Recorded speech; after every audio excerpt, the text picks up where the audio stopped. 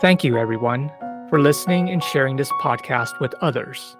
Our goal is to support the work by people of color in psychology.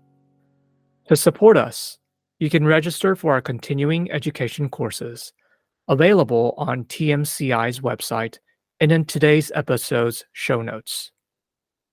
In fact, to wrap up our Hispanic Heritage series, we now have the start date for Dr. Mejia's 1-hour live continuing education program on Friday, January 26th at 2 p.m. Central Time. The program will cover cognitive behavioral therapy for chronic pain with Hispanic clients. Again, thank you for sharing your time and taking this journey together. Now onward to today's episode. It is known that the lack of BIPOC faculty representation in the field of psychology makes it challenging for students of color. Therefore, it is unrealistic to expect that mentorship will come from only BIPOC faculties or psychologists. How do we all create an environment and engage with students of color? What are some essential mentorship conversations we might want to have with the students of color? How do students and psychologists of color continue to explore the possibilities of what our field can be for us? Welcome to People of Color in Psychology, the show that explores mental health topics specific to culture, diversity, and communities of color. I am your host, Jack Zinn. For our Hispanic Heritage series, today we have Dr. Cristina Castro, a licensed psychologist in private practice. Prior to starting her private practice, Dr. Castro worked for 25 years in various settings, including schools, county mental health, corporate consulting, private consulting, and university counseling centers. Her 15 years working as a senior staff psychologist at several university counseling centers included serving as a training director at University of California, San Diego. Dr. Castro is currently licensed in both Texas and California. One of Dr. Castro's passion is focusing on self-esteem and resilience with girls and women, especially amongst diverse populations. She actively works with her clients to shed any negative language that creates negative self-worth to help achieve greater acceptance and happiness. As a Latinx psychologist, Dr. Castro will share her personal journey that has allowed her to persist in becoming a licensed psychologist, even when there were limited role models and representation in the field. Dr. Castro, thank you so much for joining us today. Thank you so much for having me. Walk us through your journey. Any memorable events and circumstances that may have influenced how you got into this work? Yes. Well, I grew up in a Colombian household. My parents were both born and raised in Colombia, and they immigrated to the U.S. And so we were raised in somewhat of a traditional kind of Latinx family. Spanish was mostly spoken at home. Also Catholicism that is tied very closely to the Latinx culture. That was very much a big part of my growing up. We would do the rosary at night in Spanish. So these are kinds of some of the things that I grew up with. And, you know, my parents were both very, very hardworking. And college was not something that was ever discussed in my household. I had never even stepped foot on a college campus. I think these days it might be different where you might attend sporting events at a college campus or feel like they're more accessible, but this was back in the 80s. And that wasn't something that I sort of grew up thinking about or planning on. It just wasn't really part of my overall sort of what I thought was my future. And when I was in high school, I remember there was definitely a point where I was taking honors classes and surrounded with intelligent students. And there was definitely a point where there just started to be a chatter about college. This was back in a time where there weren't the college programs that there are now. Avid, even my younger sister, participated in that. There weren't programs really sort of targeting first generation students. So I just started hearing all this talk about colleges and my parents are doing this, my parents are doing that. And I really felt out of the loop and just started to wonder like, oh, what's happening and what do I need to do?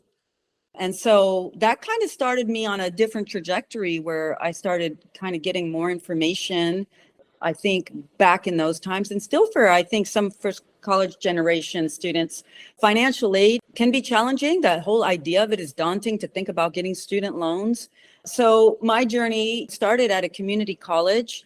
And one of the things that I realized was, yes, I didn't really feel like there were a lot of role models around me and even in my undergrad program that looked like me.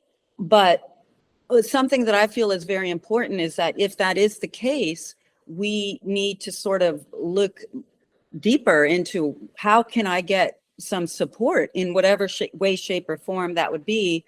And, I remember the chair of our department, this was a very small department at the time. There was not really a lot of diversity in the department. This was in the 80s. Was the psychology department?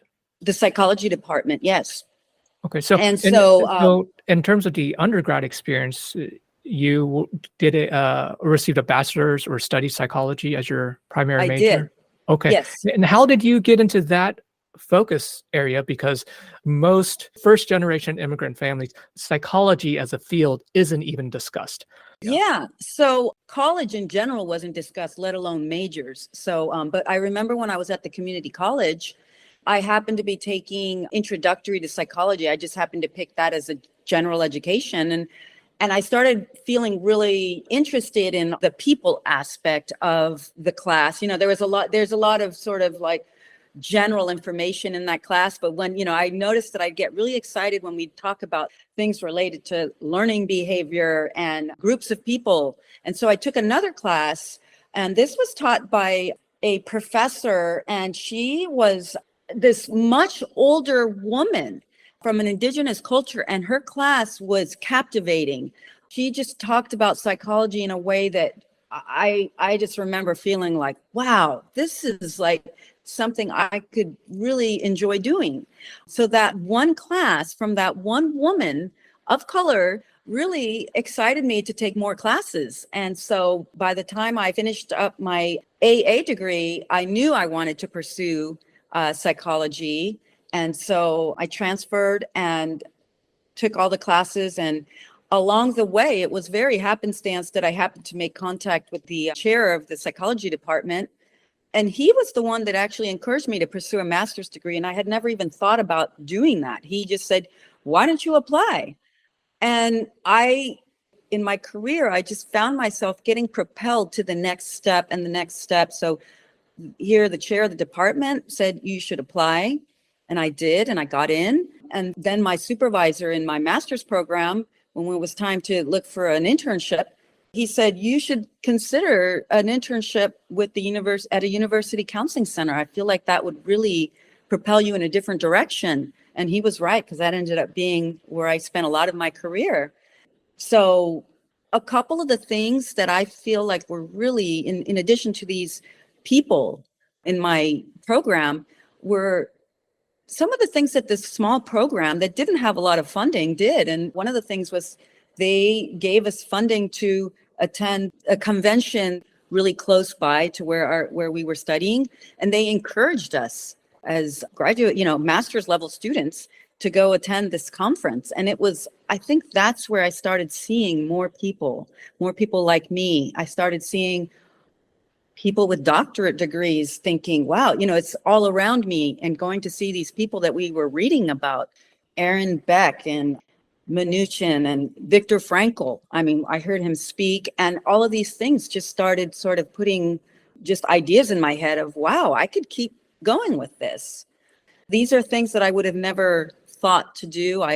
There was no roadmap for me. And I imagine for some students of color, you don't have a roadmap of, oh, these are all the things you should be doing. You should be getting into a research group. You should be going to conferences and going to the social hour and talking to these professors and talking about graduate programs. Those are things that I never considered. And not to mention the funding. You don't usually have the funding to go to conventions and conferences. So when I presented my master's research at the Western Psychological Convention. You're amongst graduate students from all over the country, and you're seeing people that have doctorate degrees and really feeling like this is possible. So it was, in many ways, feeling it was possible rather than feeling you were out of place. Yeah, I did feel like it was really, I feel like I looked around and I was observing what are people doing and following their roadmap. If I had fellow graduate students that had professional parents, these students seem to know what to do. Kind of like when a group of people walking into a room and half the people have a map of where they need to go and the other group doesn't. And so the people with the roadmap are just going along their way, taking care of things and getting to their goal. And you're just watching going, oh, I wonder how they're doing that, because you don't have the map. So, but I started figuring out like, oh, they are at conferences going to dinners with professors, and now they're going to get letters of recommendation for doctoral programs from these relationships that they're building, or just even presenting research and talking to people that are in other programs about what they're doing. So I think for me, it was exciting and it did feel possible. I feel like going kind of back to that journey, despite the fact that college wasn't discussed in my family, what I observed was that my parents, they came to this country, they didn't speak English, and they found a way to succeed and they worked really hard. And I kind of recall that idea of grit being, it takes a lot of grit to kind of come into a totally different culture and figure out how to speak the language, how to find a job, keep moving forward. So I picked up on that hard work and that grit from my parents, and that might not be the natural roadmap, but that allowed me to feel like, oh, well, if they can do that, I can do this. They really instilled that motivation, that blueprint, even though it's not necessarily a specific map for your journey, but it was a framework for you to work with, and then which then allowed you to create your own blueprint to get to where you're at today. Yes, I think so. I think that it just felt like it was possible. It was daunting, kind of wondering like, am I gonna succeed? Am I gonna get to this ultimate goal? Once I decided to apply for the doctoral program, was every new sort of challenge brought that fear of, well, can I do this? Will I be able to do it? But being able to kind of draw upon that resilience and that grit and that perseverance that I think I got from growing up in my household. So that really allowed me to feel like I could strive for those goals. Yeah. As part of your goals, in addition to being a training director, having done that, you've also did research on self-esteem. Yeah. So my master's research was with school age kids, just looking at self-esteem and perception of competence and actual competence. And it's interesting because what I did find were the gender differences. That's where I think my passion started with girls and self-esteem, was really looking at, girls that were actually had high scholastic grades. Their perception of their academic scholastic grades was lower than boys, even though their grades were higher. So that really kind of started giving me a lot of like question about why is this happening. And in that study we looked at self-esteem, and that seemed to drive the discrepancy between actual and perceived scholastic performance. I guess, did you notice any racial element of being, for instance, a Latinx student, female student versus a white female student? Did you notice any differences there? Not in that research, but in my master's research that had more diversity. Just any look at ethnic groups was that there were certain factors. It wasn't necessarily ethnicity per se, but it was more like parents' level of education, reading materials in the household, and socioeconomic status. So those factors, I think you can look at sometimes and relate that to some group, ethnic groups in terms, like in my household, for instance, yeah, reading materials in terms of English books, that's not something that I experienced. I read a lot on my own because I got excited about reading. But, when they look at those factors, parent education, how many reading materials you have in your household, those are things that, have been found to impact the future success. So I think that in my doctoral research, that was one of the areas that we did discover that did make a difference, whether students stayed in school, whether just academic achievement in general. And for girls, it was self-esteem, that feeling of, can I succeed? Just having lower expectations for themselves. Hmm. Um, Hmm. So, so and I think this is an important topic across the board for the field of psychology, because if we aim to increase diversity, say in the Latinx population in psychology, we probably do need to pay attention to some of these factors, like you're talking about self-esteem. How do we, as professionals, faculty members, psychology mentors, how do we lift our students up to succeed and be represented in this field? Um, that's just more of a commentary than it is more so a question.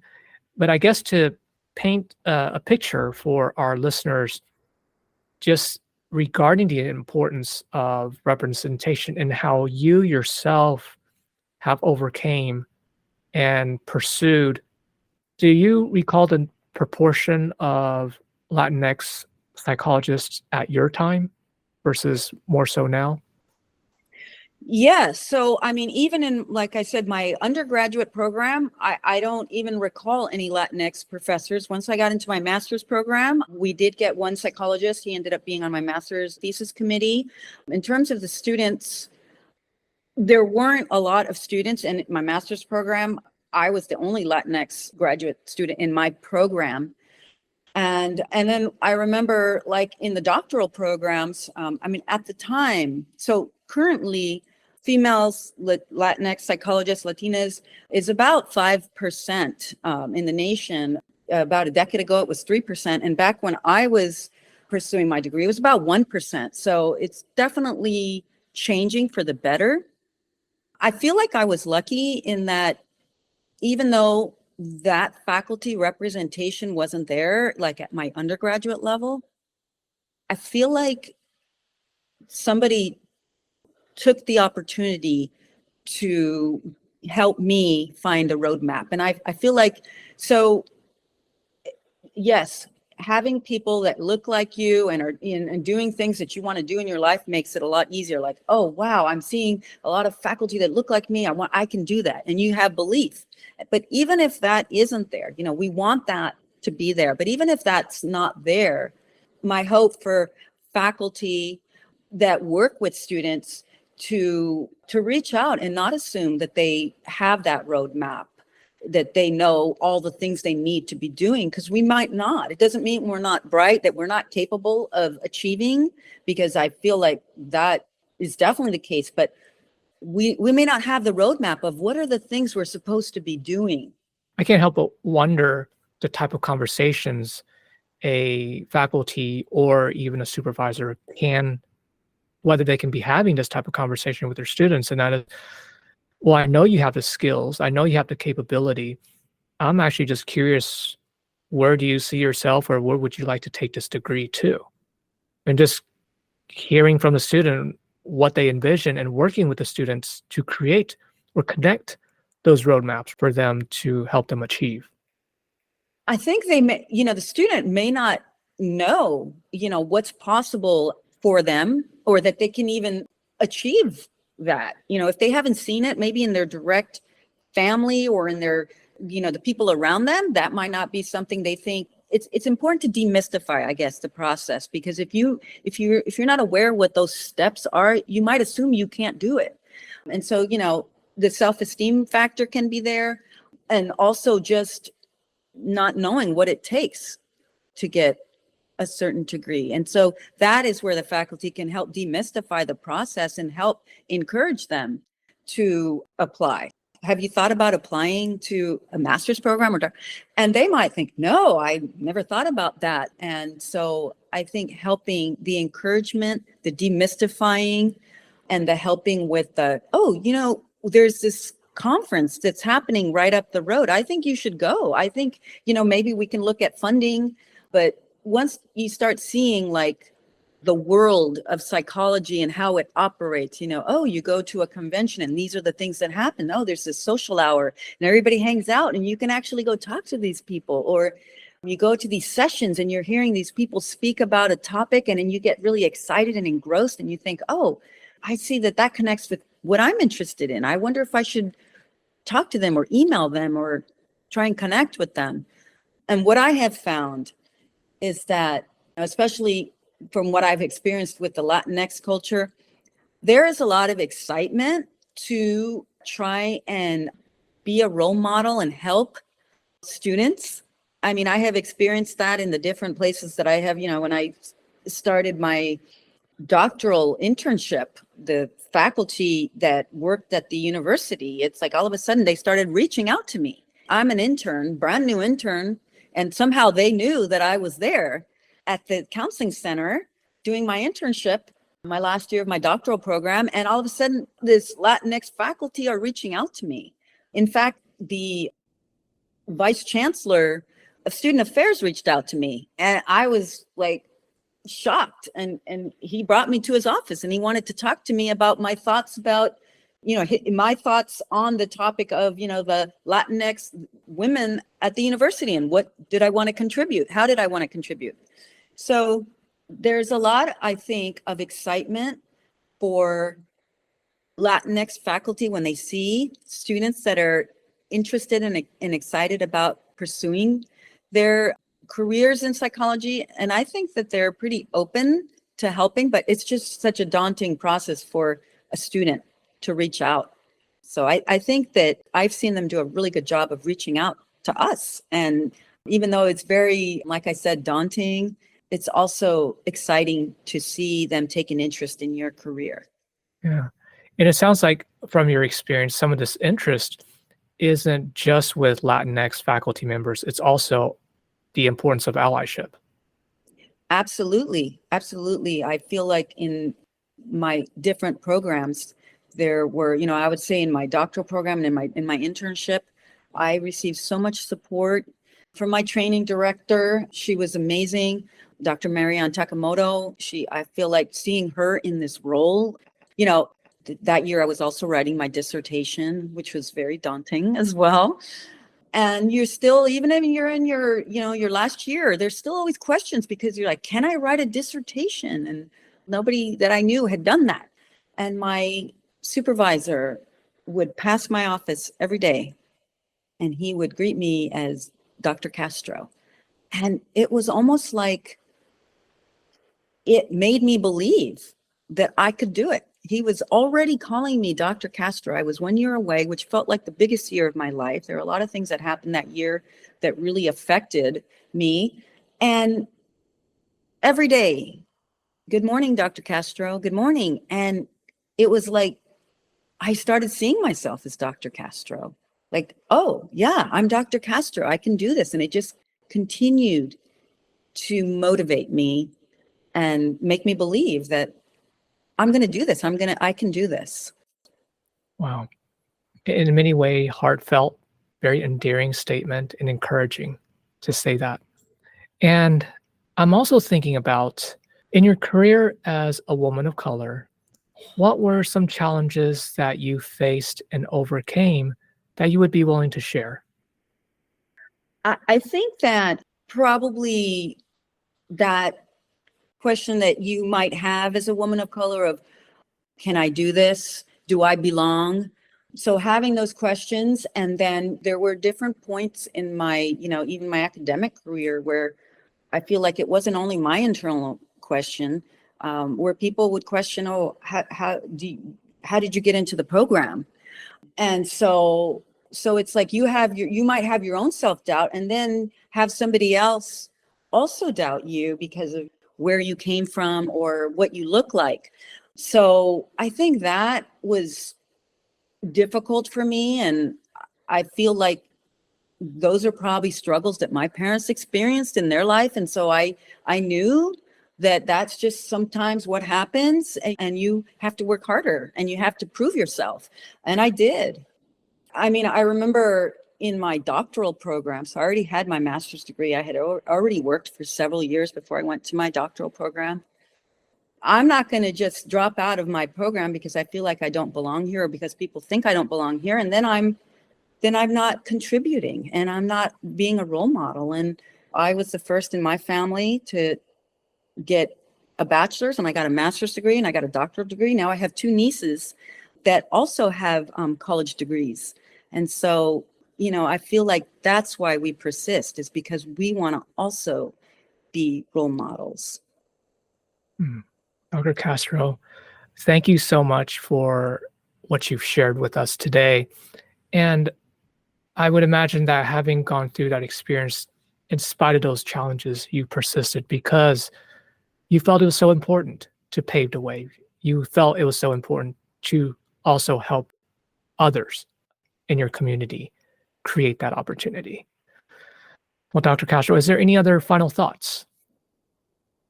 I think just reiterating the importance of not making assumptions about some students of color have the role models they need, or that if you're not a faculty of color, you don't have anything to contribute to that student or to help that student, because I think that there's a wealth of information that can really help students get the roadmap and then find role models, sending them to the Multicultural Summit. That is an amazing place to go and find people and see what they're doing and get really excited about a career in psychology. So I think just that piece of being able to reach out and find out what students need to help them figure out where they want to go. Well, Dr. Castro, thank you very much for your time today. Thank you so much for having me. I appreciate it. I hope you liked this episode. Please subscribe and share. We'd love to hear from you, so send me a message on LinkedIn or email. The People of Color in Psychology is brought to you by the Multicultural Counseling Institute, and I'm your host, Jack Sun.